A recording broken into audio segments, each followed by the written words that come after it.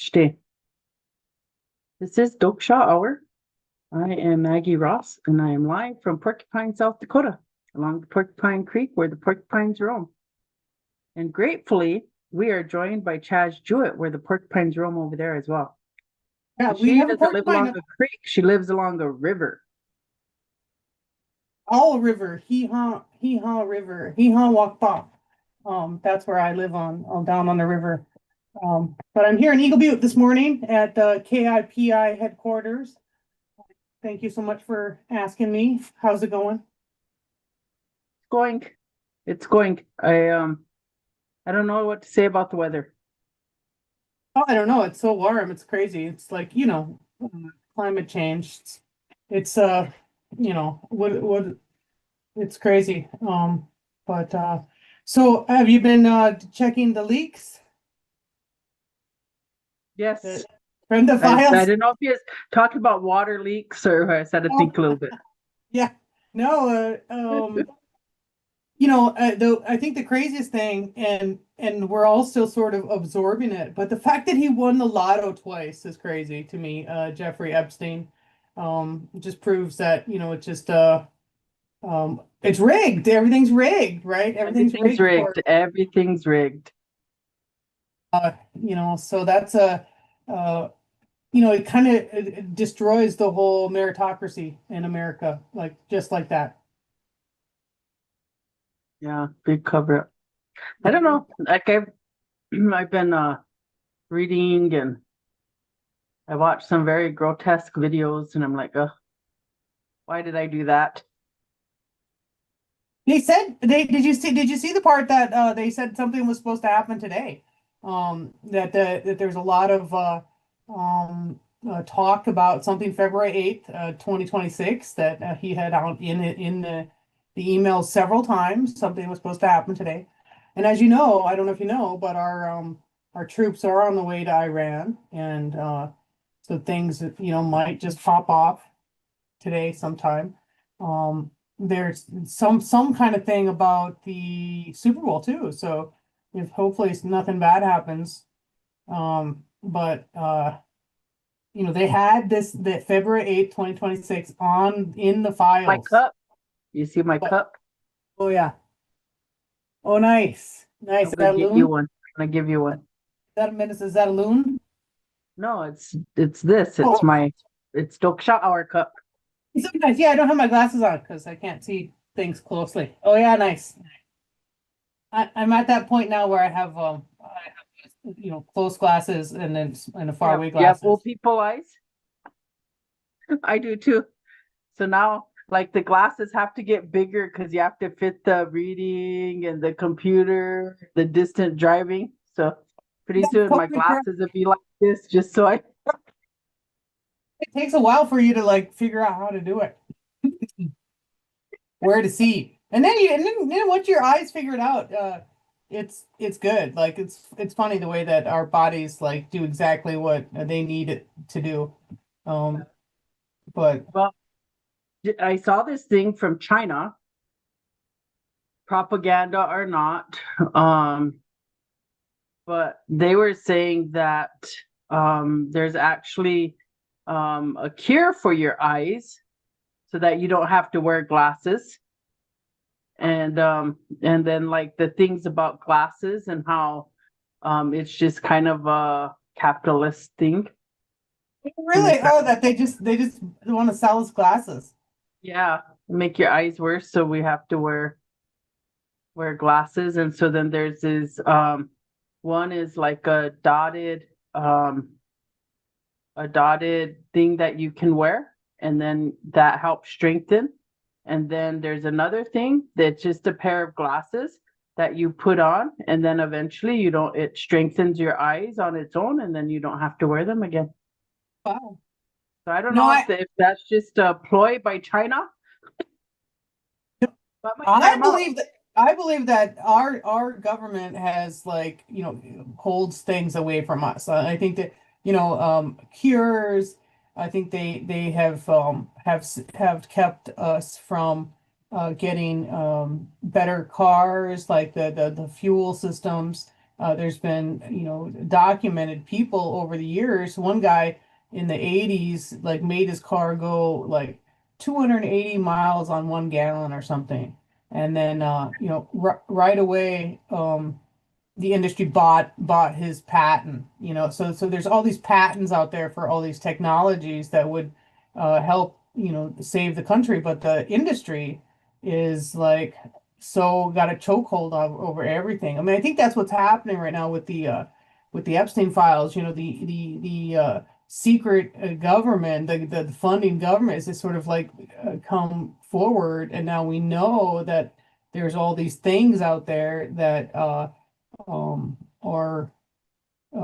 possible. And before then we didn't even know what things are possible. And I think that all of this Epstein stuff and the leaking of the the uh, aliens, like they had that release of the UAPs and all that kind of stuff like that I think all that stuff is all coming to a head. I really do. I kind of believe, and this is maybe just me being pie in the sky thinker, but like I do believe that the aliens or whoever's in charge of us won't let them destroy the world. I think that's their what they want to do. But thankfully, maybe there's cooler heads in play, but. I don't know. I'm one of those weirdos that believe in the multiverse and all the times that, probably we have been destroyed, and then we just continue to go on in these other timelines. But it feels really like our timeline here is something else is going to happen. But I was telling someone the other day that, apocalypse doesn't mean what we think it means. It means that the world order falls, and then everything else will be fine. So apocalypse is actually kind of what we want, and so for us to go back to anarchy in a sense. And I think everyone has an idea about anarchy that means that we're it's just chaos. And it's not. We used to run on anarchy. Anarchy is just like small groups of people taking care of themselves, policing themselves, doing all this stuff themselves, with no hierarchy, right? It's just the lack of the hierarchy. And so I think that that's kind of what we're moving toward, but it's going to be a little ugly as it goes there. I think it's going to get uglier. I think so too. I'm sorry, I was just sharing it out. Sometimes people don't get the notification, so then I just send it to their text. All good. Yeah, all good. I agree. Like there's this is something like I've personally struggled with when I think about governance, right? So we have like our traditional processes and how we handled and resolved issues based off of our Tiwahe and our Tioshpe. And then that gets co-opted, or it gets discarded, and then we're forced into IRA government. And then we're assimilated into the IRA government, like we're beaten, all of these different things, we're like browbeat into supporting the IRA government. And those of you that are watching, and if you don't know what IRA government means, it's in reference to the Indian Reorganization Act of 1934. That was it, John Collier? I think it was John Collier. He worked on the act and got it passed and stuff. So anyways, so I think now, I was just going to say it's a lot different than the IRA in Ireland. Yeah. I have a side conversation about that one. Not now though, because I'll take us in that whole direction. So I think that what had happened in that process of like, this is, because they gave us a government that replicates the federal government. And the federal government, even though we know like they took the a lot of the value systems of Indigenous people, just in the way of governance and self-governance and that, and put that into what they wanted it to be, but it's not the same thing. They only took the idea and then they corrupted the idea. So then we get this Constitution of the United States the way it is. And the only thing that like is a saving grace, I think, for us is in it, it says that treaties are supreme law of the land. And so for Indigenous people, we're supreme law of the land, right? Like, because our ancestors signed these treaties. So these treaties are supreme law of the land. But because of plenary power and the judicial court systems, our whole life changes. And so when Marshall says that we're domestic dependents, then we lose our power of even solving our own problems. And then when with Crow Dog, all of these different things that happen, we end up losing our power of solving, being in control of our own lives. And so then the IRA, which comes in 1934, says this is how you're going to govern, and this is how we're going to give you resources and whatnot. And granted that all, like here, this is all stolen land. In Western South Dakota, all stolen land. This is treaty land. Parts of Nebraska, Wyoming, Montana, treaty land. This is our land. It's stolen. And a lot of people don't like to have the conversation about how that land is stolen and how they are still benefiting and getting resources, developing off of our resources. And then we get pittance for it. And so I live on one reservation. Chas Jewett lives on another reservation. Our two reservations are oftentimes considered the poorest counties in the United States. And we live in like a domestic terroristic situation with our federal government because they do not properly fund us and they do not give us health care, but they're making us sick. And then they're giving us education, which is propaganda. Well, we're prisoners. I think that what we're starting to figure out is that, America is just, another prison colony. And it started out as one, and it's continued to be one. And I think that, the Federal Reserve, the bankers are making these decisions, with considering us as prisoners. Like they don't care about us. They don't care about our well-being. They care about their own profit. One of the things that I said that they were something that they planned for today, they also had planned to, come in afterward and profit, so this destabilization of this economy, what's happening now, it's a plan. They plan to do this. Jeffrey Epstein and the cabal of, I'm sure it's Israel, right? It's Israel. Like the mainstream media came out and said, "Oh, Jeffrey Epstein is a spy for Russia." No, he says in the files, "We tell people I'm not Mossad." Wink, wink. That's what he. So he's obviously Mossad. So the bankers are profiting from war. They're profiting from what's happening in Israel. They're ready to Palestine. They're ready to profit off of the shambles of what's left of this country. They have no plan to get rid of poverty. They have every plan to put us in jail.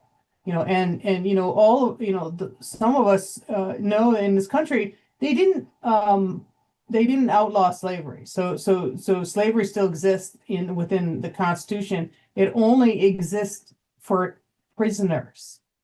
So the prisoners can totally be treated as slaves in this country, and that I think is the plan.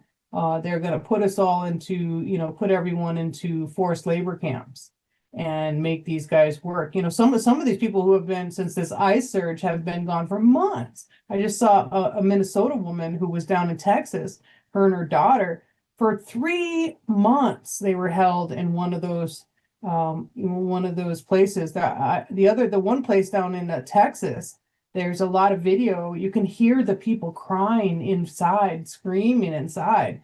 It's like, we're literally, we've created concentration camps, and we're committing a genocide right before our eyes. And so many people and this is the really sad thing in our own communities. I think a lot of people, you know, they want those criminal immigrants to go away, and just because that's what they're told, right? So, there's so many authoritarian people. We never used to be authoritarian. We used to be, matriarchal and egalitarian. And now, we are our tribal people. The assimilation hit us so hard, that some of us, believe the narratives of the United States. Some of us identify as Americans, we identify now as our oppressor, and so we are oppressing in the state, right? So now we are our own oppressors. And that's the point of it, where the IRA conversation is like, are we sovereign at all when we consider ourselves to be Americans? Because that's, we identify with our oppressor now, and we're oppressing ourselves. And so, these things are very complicated. And with the spiritual and emotional torture that our community went through as children, we have to always continue to hold them, very compassionately, because a lot of people, you got the shit kicked out of them and tortured, and hated to be Indian, still to this day. So, I always I point out the fact that our people are in this situation where they identify as Americans.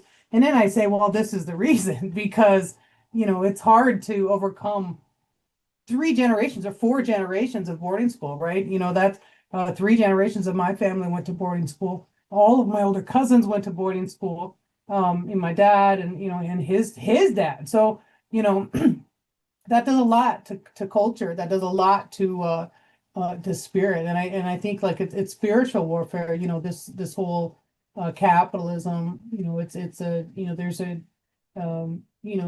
There's one way of doing things, and they've been doing it now for 500 years, right? And we're the other way, which is the scarcity over here is like, you have to do this, otherwise you're not going to eat. You're not going to do anything. Oh, it's so scared. And then we got the other side where creators like, well, look, I created this beautiful, abundant place for you. Why are you working all day miserable? I think that's kind of like, so I was really glad that you came to join us again today. You should just always be with me on this show. Okay. I can always do it. Talk about all these things, but so one of the things like the connections. So we know that there's all of these connections, and we can draw the parallels between what is happening in Gaza to what has happened to us. Other indigenous peoples of the continent are doing the same thing. Like I have friends like that in Ireland that are doing the same thing, talking about how they fought against colonization. And so at one point in time, colonization or imperialism was about land and resources. And so we know it still is about land and resources. But now there's this thing happening that I don't think people really understand about data. And when we think about, when we think about you and I growing up on reservations, living this life, and understanding the consequences, right? We understand consequences of behavior. We already know we leave the reservation, there's a great risk of uncertainty out there. And we also know that in the state of South Dakota, we have the largest, Native Americans make up the largest percentage of incarceration. Federally, federally we have that going on, and then in the state we have that going on. And so all of this stuff, and I had read this article by in regards to research and to our investigation into Microsoft. And so Microsoft entered into the prison systems and started creating ways in which they can organize their data, put their, make usefulness of it. And then in the end, it becomes this big line of incarceration. So they track your behavior in prison, everything you do. And they had this story of this elderly lady in prison, and there was a scuffle. She wasn't involved in the scuffle, but she was there. The prison guy falls over her while he tackles her or whatever, but her cane is like there, and he trips and falls. Excuse me. And then he gets to charge her for staff abuse. Okay. Based off of that cane. So when she goes to parole to try to be paroled, then they can pull that up as a mechanism for violence. And then they started creating threat identifications and aggression, and started looking at like how prisoners and what is this, what's the predictability, or can we trust them when we release them? And then they have the parole system. So then the parole system, you end up with the ankle bracelet monitoring. This is why people won't hire you, because once you go into any organization to work, the feds or the state police can come in and do whatever they want, because you are in that system and your ankle monitor is collecting data. And so like there's all of these things going on. And then it goes back, and we've had these conversations before about the school pipeline to prison. And I remember we were doing this like in the early 2000s. We were talking about third and fourth grade test scores, and then everyone's like, "No, we're not doing that. We're not doing that." And while now we're seeing that that's true. And so their whole education data bank systems, your behavior, like if you got sent to the office, if you were disciplined, all of that goes into this matrix, and it goes into the state system. And then that all goes over to the incarceration side. So all of these things are collecting and creating data. And the tech bros, the billionaires, they're not really making their profit is based off of how they're helping institutions organize and use that data in a way. And so we're not even getting paid for all of our data. They're just taking it from us. It's just like, anyways, what do you think about that? Well, I mean, I think that's the point of it. Like they're not making anything. They're just harvesting our energy. And so like you and I talked yesterday, where I'm gonna move to a flip phone. I think that they there's no, it's not even social media or nothing like that.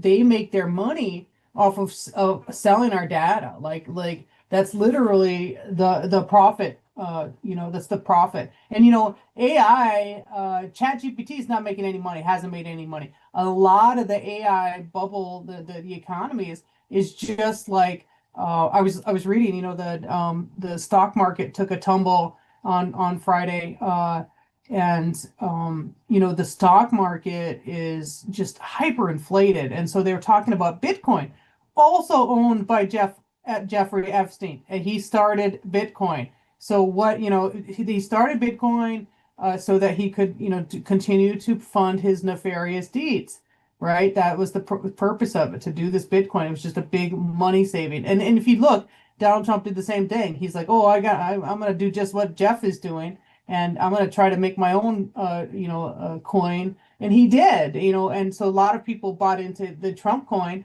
and the Trump coin doesn't allow you to sell. So they just took money from people. They're just like, total like crooks. And a lot of the money in crypto is there's this organization, I forget what it's called, micro something, But it basically just captures wealth to buy crypto. So it's like all the money in crypto is just like these fund managers of outside in the stock market. So the stock market's just like, I'm going to create this vehicle so crypto can go high. And so it's just all these schemes by these bankers. Like it just goes back to the fact that, we are, and this is, goes back to, and it shows that the both parties are complicit in their lack of care of the people, because Obama had an excellent opportunity to rein in the banks in 2008 and refused to. And so now we're in a situation where it's even worse. It's even worse now. We don't have health care is going to hell. Everyone's losing their subsidies this year. The inflation is out of control, and the bankers are making, trillions of dollars. The corporations are making trillions of dollars. Like everyone is making money hand over the fist, and we can't afford to eat. I went to the grocery store the other day and it cost me $200, which is like, I'm just like, what the heck? And this is just like, staples. So like, people, and I don't even have any kids, so I can't imagine how hard it is right now for families and for people who have no idea why we're having to go through this really really horrible time, just so these I'm not calling them elite anymore. I'm calling them parasites. And, so the parasitic class can continue as is, because that's all that's happening, is that those guys are leeching off of all of our output, all of our data. We know that they Palantir targeted a journalist in Palestine by the way he respirated, right? Like they could tell who he was by the zone, because they knew his respiration. And so, this is where we are here in America. I mean, they're going to be able to do that. I mean, they could probably do it to us now. They could probably do it to us now, find us and kill us just all over the place. That's what's happening. Those little drones are being sent out, go kill those guys. They killed a journalist last week, I think, in Palestine again. And this is not even, we're not even talking about ICE, right? Which is still doing the horrible, crackdown there in Minnesota. I know that they lost maybe 700 people, but I don't know if you saw that Chicago Tribune article this week about the CPB, which is the Border Patrol. So ICE and Border Patrol, same two different parts of the same entity. Border Patrol has over 10,000 agents, and Border Patrol started to ramp up right after 9/11, right? So it's right after 9/11. And they did this mass hiring. And so most of the people that they hired are criminals. They're like, just like now, right? Like the ICE people are just being hired. They're no, whatever. In fact, the Border Patrol is so bad, and this is an honest to God figure, that since it started, they have arrested a Border Patrol agent every hour since 2005. So that's how corrupt they are. If you can believe that shit. They have arrested so many Border Patrol agents for being corrupt, that it's every hour since they started the thing. And there's a wonderful article about the Tribune about how both of these entities have been going with no oversight. They've been just out there, a private, it's a public thing, but like, we don't live down on the border, New Mexico and Phoenix and all that. Those guys have been in a police state for 20 years, since 9/11, right? Like they have green vehicles that cruise down the road, stop people and do all that stuff along the border, along that area for 20 years now. Now it's just finally coming up to our blue states. And I think it has, everything to do with the election, right? I do think that, and that's what they said too. I mean, they literally said, we're going to be in Minnesota until you give us your voter reg. And I love it too, because I went to school in Minnesota. I went to college over there, and when Wellstone was started, 1994 is when I graduated. He had just gotten elected in 92. But the caucuses and the people in Minnesota volunteer more than any other nation or any other state in the nation. Like to think that they were going to come into Minnesota and just like cause havoc and have no response it shows how arrogant that they are. They didn't even really consider um the community, the atmosphere in Minnesota. They just wanted to take it over, and they're not going to take it over. So I just feel like they made a big mistake choosing Minnesota for this big shutdown or log whatever they're trying to do, is ramp up or whatever, because of the community, just the community, the atmosphere of community in Minnesota. It's a different place. Us here in the red state, we don't understand what a welfare state that works, lives like we have those people actually care about their citizens. Everyone over here, we just hate libtards. That's what they don't do nothing. They just hate other people, right? But in those places like Minnesota, it's a thriving, welfare state, and people love it. People love each other, and so I think it's like that's what they're trying to get rid of, like the place where things aren't too bad, and they're targeting it specifically just to erode our morale. You know what I mean? And I think too, like Minnesota wasn't always a blue state either. Has Minnesota been for was a red. long time though. They've Yeah. been, yeah, they've been. So I think some of and I think so when you just think about the flipping of the Republican Party, so whenever they used to be about progressiveness, and they used to be about human rights, and they used to be about those things, Minnesota was one of them. So they wanted to free the slaves, they wanted to do all of that. Oh, They wanted to hang the Indians, but they wanted to they wanted to free the slaves. And so South Dakota was that too. But then the evangelicals and all of that have corrupted the state of South Dakota Republicans. And then what ends up happening in Minnesota is they just switch. So it becomes a blue state. And so they're no longer, so they're probably still progressive. They're probably still about human rights. And they find that exists within the Democratic Party. But then even now, everybody's in the place that I know of, just seeing across the spectrums of social media, that people are in the belief now very strongly that the Republicans and Democrats are the very same thing. and I think we can see from the Epstein files, they're the very same thing.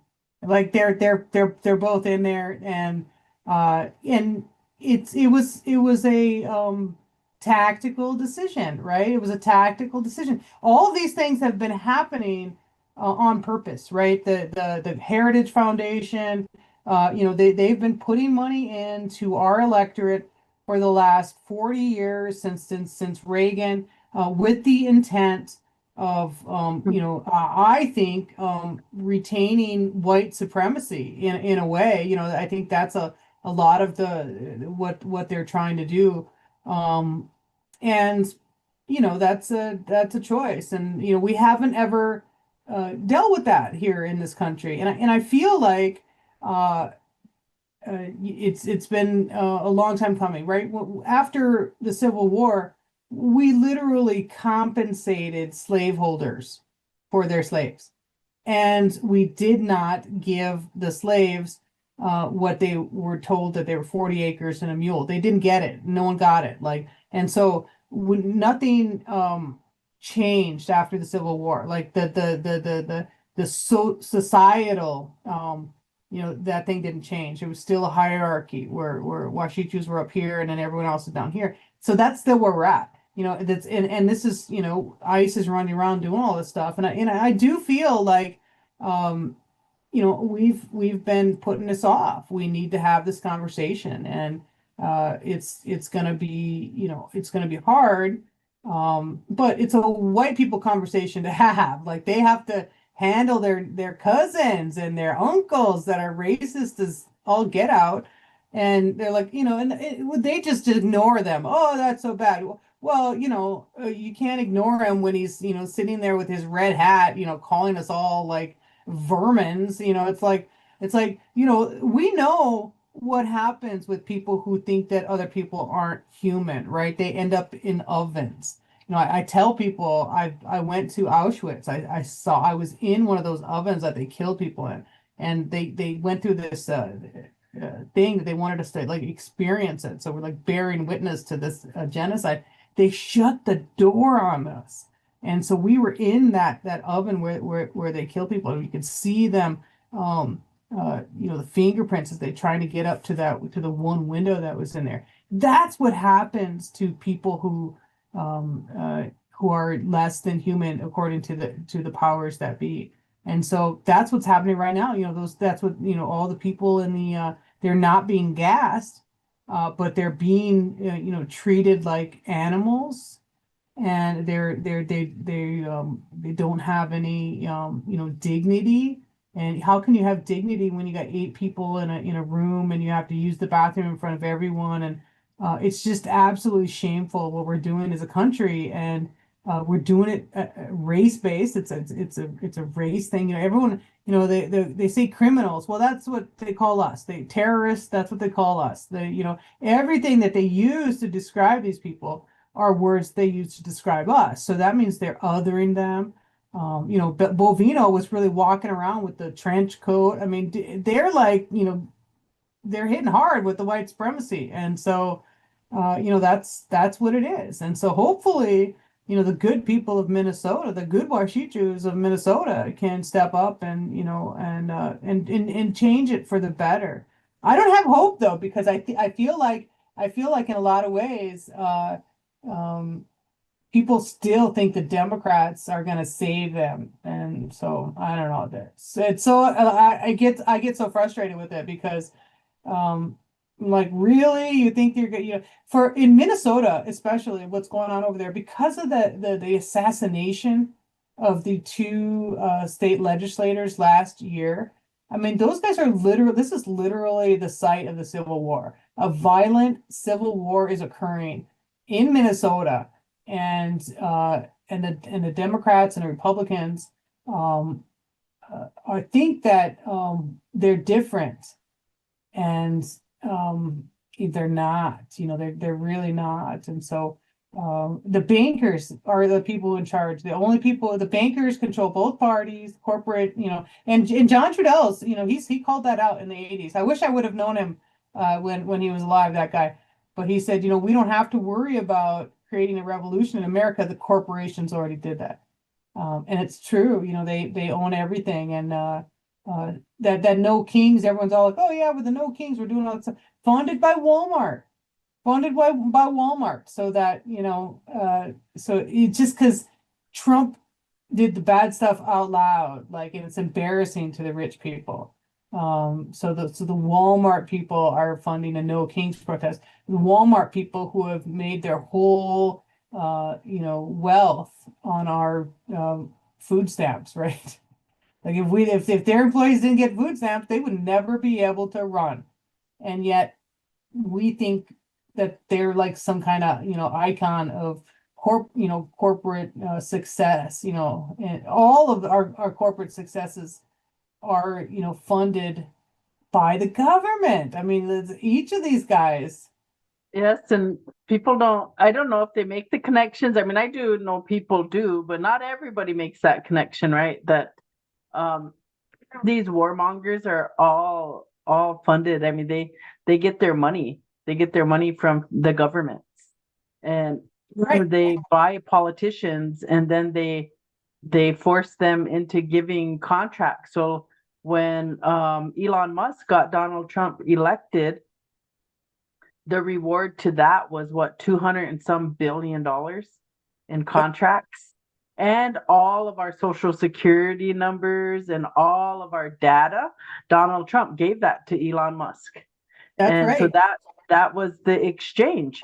So you and I and everybody watching and everybody else that aren't watching, all of our data went for profit to Elon Musk so that he now can create whatever he needs to create to help enforcement. So our data no longer becomes, I mean, it's sold to us, and I'm guilty of this. I am guilty.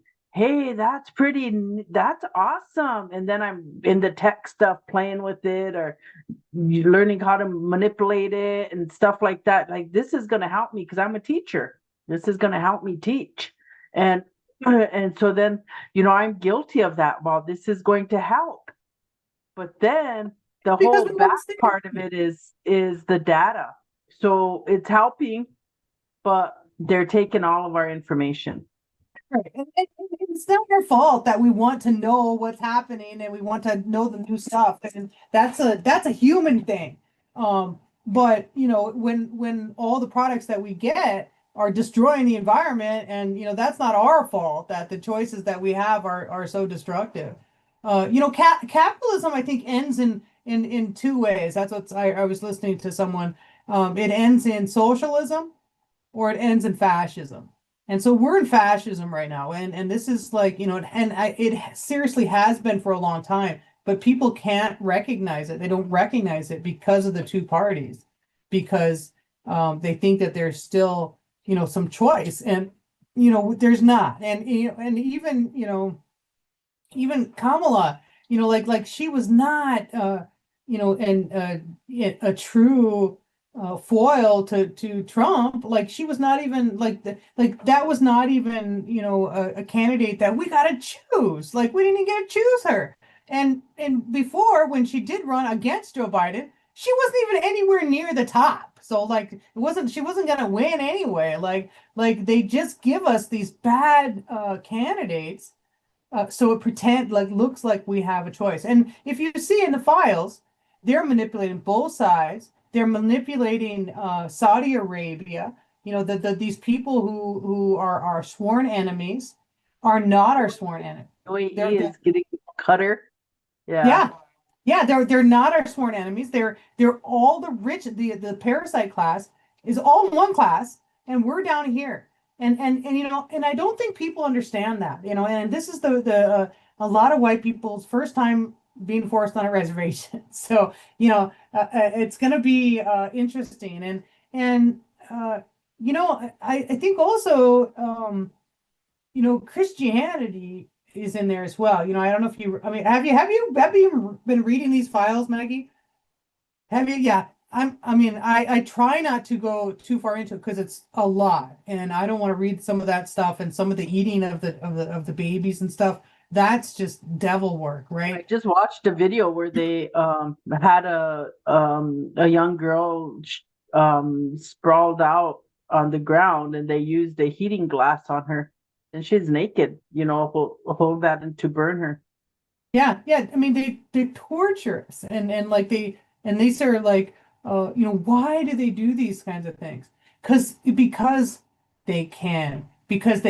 Like that's the one they can do everything else. Their lives are great, but the regular lives don't get them fired up, don't give them the same, energetic thrill that they do by doing these horrible things. And so, it's is it, someone was saying had a really great TikTok about, Christianity and, is it because also there's a lot of Jewish supremacy in the files. He calls us a golems, which I never even heard of, but that's the Jewish word for everyone else but them, golems. And so he was a Jewish supremacist. Definitely, he said it many, many, many times, and so was everyone that he was working for.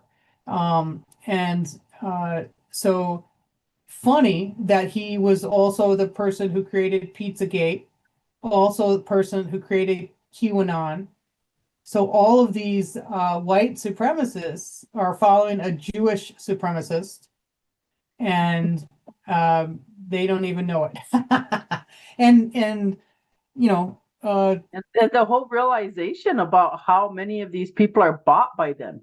And like I don't know, like sometimes I feel like I know way too much. I know more Yeah. than I need to be knowing about this conversation. But at the same time, it's like everybody needs to know. Like we all need to know the level of manipulation that's occurring. And our tribal governments need to be standing up about our data. There should be legislation that's getting passed. We have cell towers on our reservation. I'm sure you guys have cell towers on your reservation. So the data that they're collecting. And then also, what is the data that they're allowing the feds to bring into our law enforcement? And then pulling that data. Like there's got to be some serious discussion about what we're allowing to happen to our data and these educational institutions. What are you doing? That data is going somewhere. Who is using that data? For what purpose is that data being?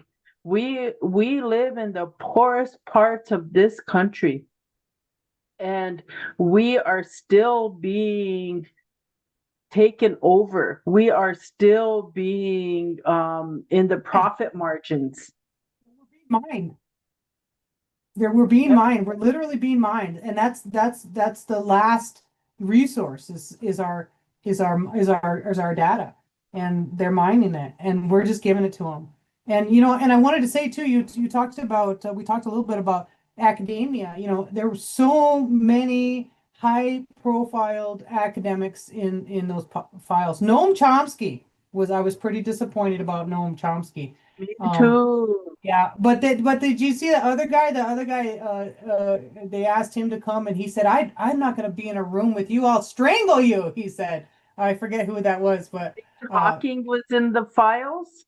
and did you see pictures of him too, sitting around with little girls? He is a sick puppy.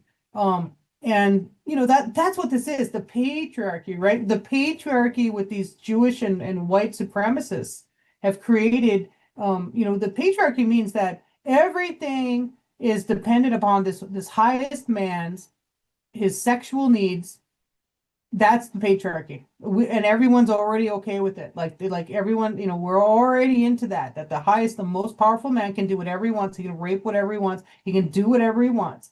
That's the patriarchy. And people don't understand that. Like, a lot of our men are cowards now because they have to be because of the patriarchy. And I don't, I hate to call out our men, but the patriarchy is the enemy here. And the patriarchy is why I don't, go to, I'm not in movement spaces anymore where I don't, do all this stuff because they're not safe. And it's not just men who uphold the patriarchy, it's women. A lot of time in our communities, the women do it worse. And the women, center these toxic men who aren't capable of doing the job that they're supposed to be doing, which is why everything, falls apart around here because we have all the resources in the world and on any country, but we just don't, they're just not in the right hands, right? Like we could transform our communities if we had, the resources in the right, human resources. And I just wanted to before went back, I wanted to continue my point about academia, about how, we can't trust any of these systems, and we can't trust academia because these people are funding these academics. And so some of the, like that one guy from MIT or Harvard or something who's talking to Jeffrey Epstein about doing horrible things to babies. Like, so these guys, these men in these places, and he'd been making money, millions of dollars of research funded by Jeffrey Epstein for decades. And so these people are they fund their people. And this is why our side doesn't ever get any better, because we don't put funding into things that transform a community, right? We don't put money into that. We put money into things that continue the way this system's running. And so I think this is an excellent opportunity for us as a nation to rebuild, to not do these, to go down these same paths, to not let these patriarchal, demons, send us down a path. And I think that before I go, I know we're almost done here, but we've been talking about all kinds of stuff, and I might have said it once before on this when we were together, but they talked about that first interaction between a Huron man named Candy Rock and a European guy who was writing notes about the interaction back in the 1700s, 1698, something like that. And the European guy said, "Why don't you guys have any prisons?" And the Huron man said, "What sort of men do you raise that need threat of prison to do good?" And that's capitalism. Like, you can't trust anyone in capitalism, and until we decide that people mean more than money, we can't trust no one. And until we have these real conversations about what's the purpose of our society. Are we, for Indians, we protect the vulnerable, right? We protect the kids, we protect the things, we put them at the center, and we protect them. We stand outside and we'll sacrifice ourselves so that those kids will live. These guys are sacrificing kids and standing behind them. So that's opposite. So if you're going to identify as an American, you're not Lakota no more. And so I'll say that, because you can't have that, usury mentality and be a protector. You can't do the end justifies the means. A lot of times people will say the end justifies the means. And I say no. Like, if one person gets hurt, then let's do something else. If we can do something else. But I think a lot of times people can't think, they can't imagine, they can't imagine new things and new ways to be. And that's all I do, is sit around thinking about new ways that we can succeed. And so, I have hope that what this crisis is going to lead to something better. But it's a big crisis. I mean, if people aren't paying attention, they're missing out on a lot. And hopefully we're going to make it to the end of the year. I don't feel like that sometimes. I don't feel like we're going to make it to the end of the month. Who knows if we make it to the end of today, right? It's supposed to be these big things happening. But I know, I think in that too is talking about like conditioning. And so we're conditioned very young in schools today. Our children, we did it because we weren't a part of that process of technology yet.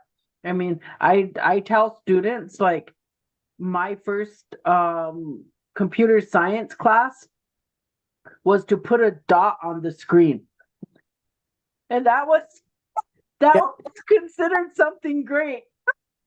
that's But now, DOS. Yeah. yeah, now computer science is different, and there's a lot more people involved in our youth, all of these things. So we're conditioned. And even back in the late 90s and early 2000s, with the when we were dealing with all of the gang violence and that coming into our schools. So we set up those metal detectors and doing all of these things, conditioning. We're conditioning there at that's okay. That's what you expect. And so as we grow, then we say that's what needs to happen. So you think about those students in the late 90s and early 2000s being conditioned, and then where they're at now with what they are willing to say is appropriate and normal. That's what we need, because it's safety. And they market around safety. We have to keep everybody safe. And yet we're not addressing nothing in regards to why are we not safe in school? What's going on in these communities that these students are bringing violence into our school? And what are you doing with the information, but putting it into a matrix that goes to the state, which goes to the attorney general, which goes to the prosecutors, which goes to public safety, which goes out and says, these guys, so they're going to pull up they were even showing this ICE using meta glasses, going out scanning. And so they're using your profile. They're getting all of this information, and they see you walking down the street and they're like, hey, that's a criminal.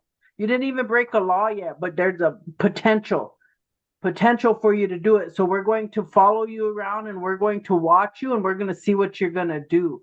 And so Walmart does that, right? Cameras, they train people, go around into stores. I almost got kicked out of South Walmart because they were doing this to a lady, two people. One was a Lakota Unchi and another one was a white woman, but she was a part of the the what's that group that comes out of Pringle? They're So the Mormons Mormons? or whatever. Yeah, Yeah. yeah. So she was one of those. And so the Unchi, I told her, I said, be careful. I said, be careful. Those guys over there, they're watching you. Watch your grandkids, I told her. And so she looked and then she just started putting everything back on the stuff and she left. The other one, I told her, I said, be careful. I said, they're tracking you. And that guy came up to me. He was the manager of Walmart and told me that if I interfere with another investigation, I will be banned from Walmart. So I said, well, ban me from Walmart. Yeah, that's what they're doing, and that's how we live. Like we and that's what we send our kids to school for. That's that we train them to be prisoners. Like kids shouldn't have to sit like in a day, and then we're medicating them, right? We're medicating them so that they can sit for 7 hours when they're not supposed to. I'm so happy that I grew up in a time when they didn't know that they could medicate us because I could never sit still. And I'm sure my teachers, now that I think about it, I must have just been so annoying to them. But now that's what's happening is that we're medicating them and that compliance, like we're raising kids to be compliant. We want society to be compliant. We want to be, just told by these authoritarian people, do this, don't do that, and that's comfortable for people. That's what people, like. A lot of us just, want to be told what to do. Right. Right. Well, thank you, Chaz. We're gonna have to just put you on a regular schedule. Open up your Definitely. Sundays. This is Definitely. fun. I'm going, yeah, I'm going, I will, let folks know too. And I wanted to say that I do a show here every, on Keepy every, 1 o'clock, Monday, Tuesdays, Thursday and Friday with just a little bit of update about what's going on, in Minnesota usually, and off the wall news. Off the wall news. That's a Mhm. good title because we're off the wall. You are Yeah, too. yeah, Very off the definitely, wall. definitely. Okay. All Thank right. you, Maggie. Yep. Take care. That was Chas Jewett. I want to thank her for joining us and thank you for joining. One of the things about Toksa Hour as we're trying to regrow our programming through YouTube and other places is that I continue to ask that you go ahead and share on other platforms. I try to do it as well. And just be encouraged, that as we learn about things and we move forward into the world, like we live on reservations that are very impoverished and we're struggling and we're being taken advantage of by many, many different groups of people. And educating ourselves and educating our relatives about these situations is really important. And understanding the role of what our phones do. So Chaz and I had talked about that. I was saying I'm just going to go back to a flip phone. My mom, I have her flip phone, and so I said I just start using that and get rid of because our phones we know listen to us. Our smartphones listen to us. Um, I went in last week. I was telling you I went in and I just turned off all my things on my phone and I started deleting apps that I don't use and then just start now. I think, why do I need to download that app? Why does that app need to be? I even removed Google Map and Google. So the only thing on my phone that is associated to Google is YouTube. And I may be removing YouTube as well and just stick basically to my laptop. So my laptop sits at my house and that. And so just being wiser about what I'm doing and encouraging all of you to do the same. So today is February 28th, 2026, and it is like going to be 70 degrees out here in Porcupine. So You guys have a good day. Have a good week. And hey, I turned 55 in a couple days. Jeez, who would ever thought I'd reach 55? I didn't. And then also, like for those people who do or who don't, the commercial holiday of Valentine's Day is coming too. Sweetheart Day. Anyways, you guys be good. Have a great day, and thank you for watching.